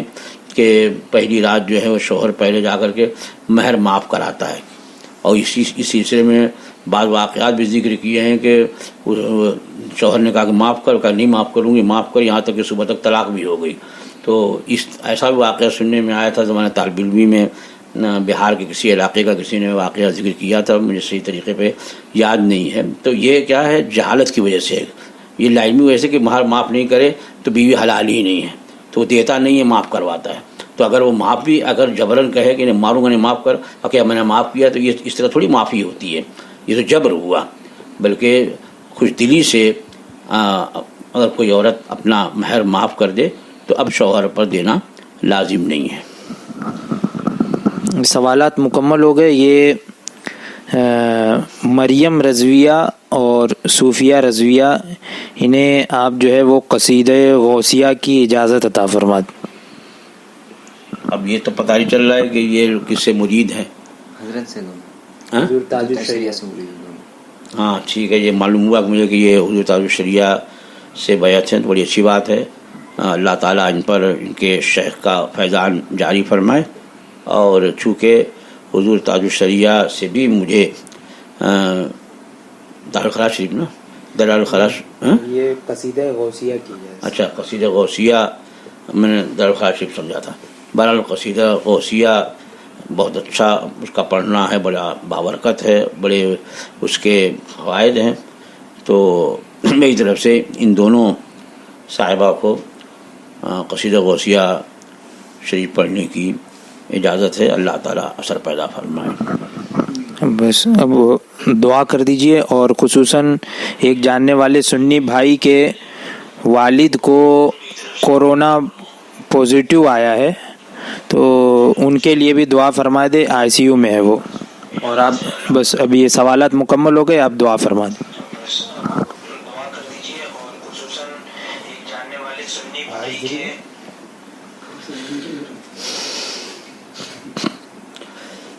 اللهم صل على سيدنا ومولانا محمد صلاة تنجينا بها من جميع الأهوال والآفات وتقضي لنا بها جميع الحاجات وتطهرنا بها من جميع السيئات وترفعنا بها عندك أعلى الدرجات وتبلغنا بها أقصى الغايات من جميع الخيرات في الحياة وبعد الممات إنك على كل شيء قدير. اللهم ربنا تقبل منا إنك أنت السميع العليم وتب علينا إنك أنت التواب الرحيم. يا رب بالمصطفى بلغ مقاصدنا، يا رب بالمصطفى مقاصدنا واغفر لنا ما مضى يا واسع الكرم. اللهم انصرنا فإنك خير الناصرين وافتح لنا فإنك خير الفاتحين واغفر لنا فإنك خير الغافرين وارحمنا فإنك خير الراحمين وارزقنا فإنك خير الرازقين واحفظنا فإنك خير الحافظين واحفظنا فإنك خير الحافظين واحفظنا فإنك خير الحافظين واهدنا ونجنا من القوم الظالمين وهب لنا من لدنك ريحا طيبة كما هي في علمك وانشرها علينا من خزائن رحمتك واحملنا بها حمل الكرامة والسلامة والعافية في الدين والدنيا والآخرة إنك على كل شيء قدير. اللهم يسر لنا أمورنا، اللهم يسر لنا أمورنا، اللهم يسر لنا أمورنا مع الراحة لقلوبنا وأبداننا والسلامة والعافية في ديننا ودنيانا. یا اللہ، یا رحمان،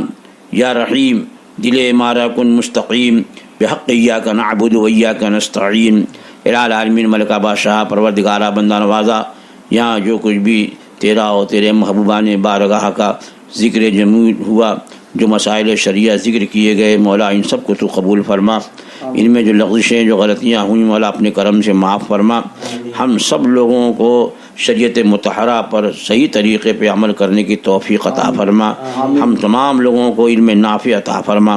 عمل صالح کی توفیق عطا فرما. ہم تمام لوگوں کو مسلک اہل سنت،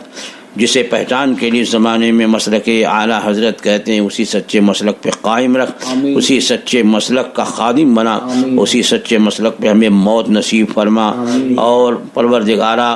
جب تک ہم جئیں تیرا اور تیرے پیارے حبیب کا گن گاتے رہیں. ہم سب کے سینوں کو اپنے پیارے حبیب صلی اللہ تعالیٰ علیہ وسلم کے عشق و محبت کا مدینہ بنا دے.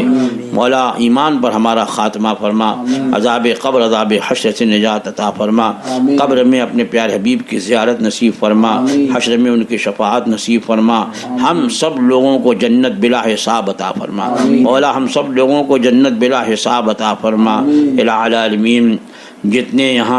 جتنے لوگ اس وقت دست بدعا ہیں، مولا قدیر ان سب لوگوں کے حق میں جو بہتر ہے وہ عطا فرما. سب کے گناہوں کو بخش دے. مولا ہم سب کے چھوٹے بڑے تمام گناہوں کو معاف فرما دے. الہ العالمین ہم سب لوگوں کو نیکیوں کی توفیق عطا فرما، برائیوں سے بچنے کی توفیق عطا فرما. ہر فرض ہر واجب و سنتوں کو ان کے وقتوں پہ ادا کرنے کی توفیق عطا فرما. مولا ہمارے سینوں کو اپنے حبیب پاک صلی اللہ تعالیٰ علیہ وسلم کے عشق و محبت کا مدینہ بنا دے. پروردگار ہمیں سچا عشق عطا فرما، اپنے پیارے حبیب کا سچا عشق عطا فرما، غوث پاک کا سچا عشق عطا فرما، اعلیٰ حضرت کا سچا عشق عطا فرما. سرکار مفتی اعظم عالم حضور صدر الشریعہ، حضور تاج الشریعہ حافظ ملت، ان سب لوگوں سے سچی محبت عطا فرما. ان کے طریقے پر ہمیں چلنے کی توفیق عطا فرما. گناہوں سے بچا، مکر شیطان سے ہم سب کی حفاظت فرما. الہ العالمین ہر بلا، ہر آفت، ہر مصیبت سے سب کی حفاظت فرما، خصوصاً جو یہ وبائی مرض اس وقت پوری دنیا کو لپیٹ میں لیے ہوئے ہے، الہ العالمین اس وبائی مرض سے ہم تمام لوگوں کو محفوظ و معمون فرما، اور جو لوگ اس میں مبتلا ہیں مولا جلد سے جلد انہیں شفا عطا فرما، جن صاحب کے لیے دعا کی درخواست کی مولا انہیں تو جلد سے جلد اس موذی مرض سے نجات عطا فرما، ان کے سب گھر والوں رشتہ داروں کی حفاظت فرما، ہم سب کی آنے والے وقتوں میں حفاظت فرما، جو پریشان ہیں ان کی پریشانیوں کو دور فرما، الہ العالمین جو بیمار ہیں انہیں شفا عطا فرما، جو کمزور ہیں انہیں تندرستی عطا فرما، جو بے روزگار ہیں انہیں حلال روزی عطا فرما، جو صاحب روزگار ہیں ان کے حلال روزیوں میں برکتیں عطا فرما، جو بے اولاد ہیں ان کو صاحب اولاد بنا دے، جو صاحب اولاد ہیں ان کی اولاد کو نیک اور صالح بنا دے، مولا جن گھروں میں شادی کے لائق بچے یا بچیاں ہیں غیب سے ان کے موافق رشتے عطا فرما، اور جن کے بچیاں شادی شدہ ہیں اپنے گھروں میں مولا وہاں انہیں عزت کی زندگی عطا فرما، چین و سکون کا ماحول عطا فرما، الہ العالمین آج جو اسلام و مسلمان کے خلاف طرح طرح کی سازشیں ہو رہی ہیں، الہ العالمین ان سازشوں سے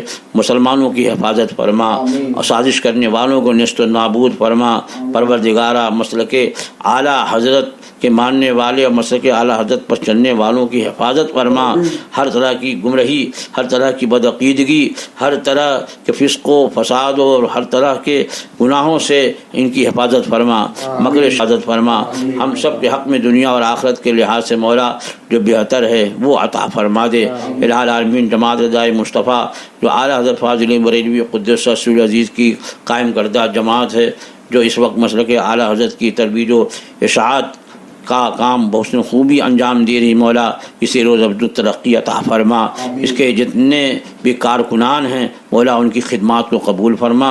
اور مزید ان کو قوت بازو عطا فرما، زیادہ سے زیادہ ہم سب لوگوں کو مسلک کی خدمات انجام دینے کی توفیق عطا فرما، ہم سب کی خدمات کو قبول فرما، ہم سے جن لوگوں نے بھی اور یہاں اور جہاں جہاں بھی لوگ دعا میں مشغول ہیں ان سے بھی جن لوگوں نے دعاؤں کی درخواست کی مولا ان سب لوگوں کو ان کے جائز مقاصد میں کامیابی عطا فرما، ہم سب لوگوں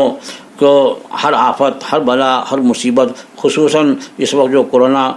بیماری چلی ہوئی ہے اس بیماری سے تمام مسلمانوں کی حفاظت فرما، ہمیں اس سے نجات عطا فرما، اور پروردگارہ اس وقت جس طرح کی پریشانیوں میں لوگ مبتلا ہیں ان پریشانیوں سے جلد ہر ایک کو رہائی عطا فرما، ہر ایک کی مشکلات کو آسان فرما دے، اور ہر ایک کو بہترین اور عزت کی زندگی عطا فرما، عزت کی موت نصیب فرما۔ ان اللہ وملائکتہ یصلون علی النبی یا ایھا الذین آمنوا صلوا علیہ وسلموا تسلیما، اللہم صل علی سیدنا مولانا محمد معدن الجود والکرم وآلہ الکرام وابنہ الکریم وبارک وسلم، صلاۃ وسلام علیک یا سیدی یا رسول اللہ، الا ان اولیاء اللہ لا خوف علیہم ولا هم يحزنون الذین آمنوا وكانوا يتقون، سبحان ربک رب العزة عما یصفون وسلام علی المرسلین والحمد للہ رب العالمین، لا الہ الا اللہ محمد رسول اللہ۔